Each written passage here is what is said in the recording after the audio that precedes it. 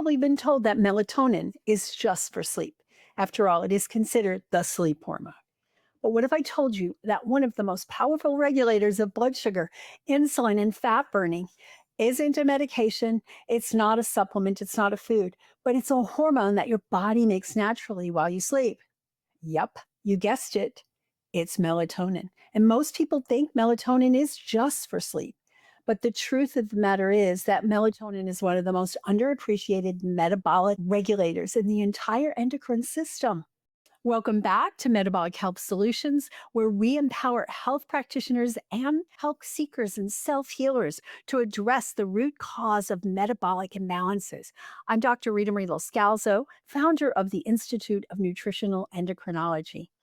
And today we're going to go beyond the bedroom and we're going to go deep into the biochemistry of melatonin and how it impacts insulin signaling, blood sugar regulation, and mitochondrial health. We're going to explore how melatonin affects insulin receptors and GLUT4 transporters.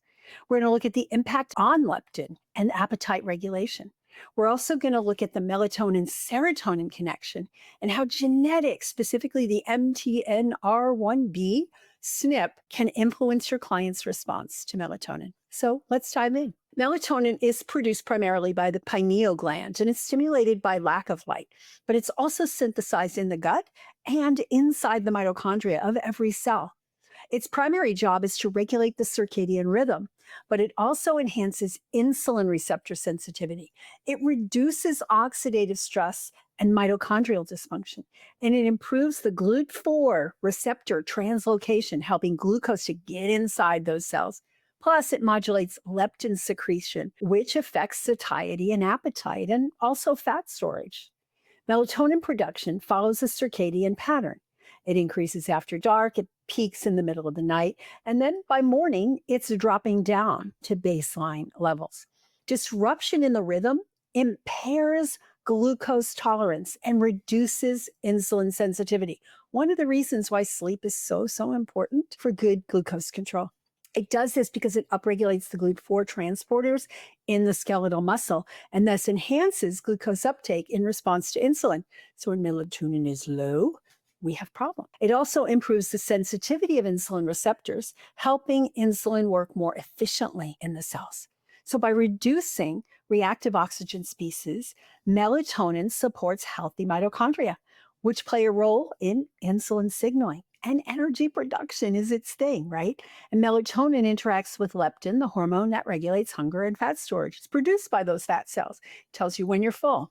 When melatonin levels are low due to light exposure at night or stress or aging, leptin resistance becomes more common. And that's a common sequela of insulin resistance, and they often go hand in hand. This means that the body no longer feels or hears the I'm full signal, leading to increased hunger, increased fat storage, and worsening of insulin resistance.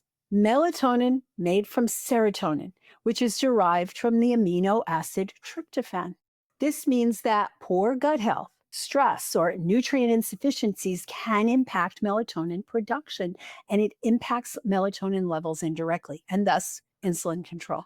Taking melatonin supplements may work for some people, but can cause problems for other people. So it's not just a blanket thing that we should be doing. That's why it's exciting to be able to support melatonin with food and lifestyle. So tryptophan-rich foods like seeds, leafy greens, and oats provide the needed precursor amino acid. But that's not enough. We have to have good stomach acid. We have to have good microbiome in the gut in order to support digestion and tryptophan absorption. Magnesium and B6 are cofactors in the conversion of serotonin into melatonin.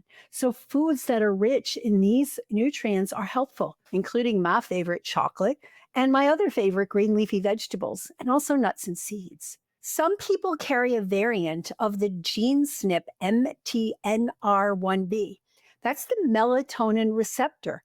And this SNP is linked to reduced insulin secretion in response to melatonin, particularly if melatonin is supplemented. So high levels that we get in high dose supplementation may be detrimental for people with this variant. And taking melatonin at night can reduce or worsen glucose control by the next morning. So people with the dawn effect that might be a problem. So we should be looking at that. Those with the MTNR1B gene variant benefit from natural methods to support melatonin production, not by supplementation. So we always want to assess the picture, right? We want to look at genetic testing and monitoring of fasting glucose, monitoring of fasting insulin, and looking at people, especially if they're using melatonin and they're not really seeing improvement or they're getting worsening of their insulin resistance symptoms. So when you want to assess melatonin functioning, you can run the Dutch test, which looks at the 6-OH melatonin sulfate as a part of the organic acid panel of the Dutch test. You can also look at sleep patterns, right? How well are they sleeping? How well are they falling asleep, staying asleep? We also can look at fasting insulin, morning glucose, and ask about evening and morning light exposure. We need less light exposure in the evening and more light exposure during the day. And also, what's their nighttime eating patterns? A lot of people eat right up till bedtime, and this is going to mess with this.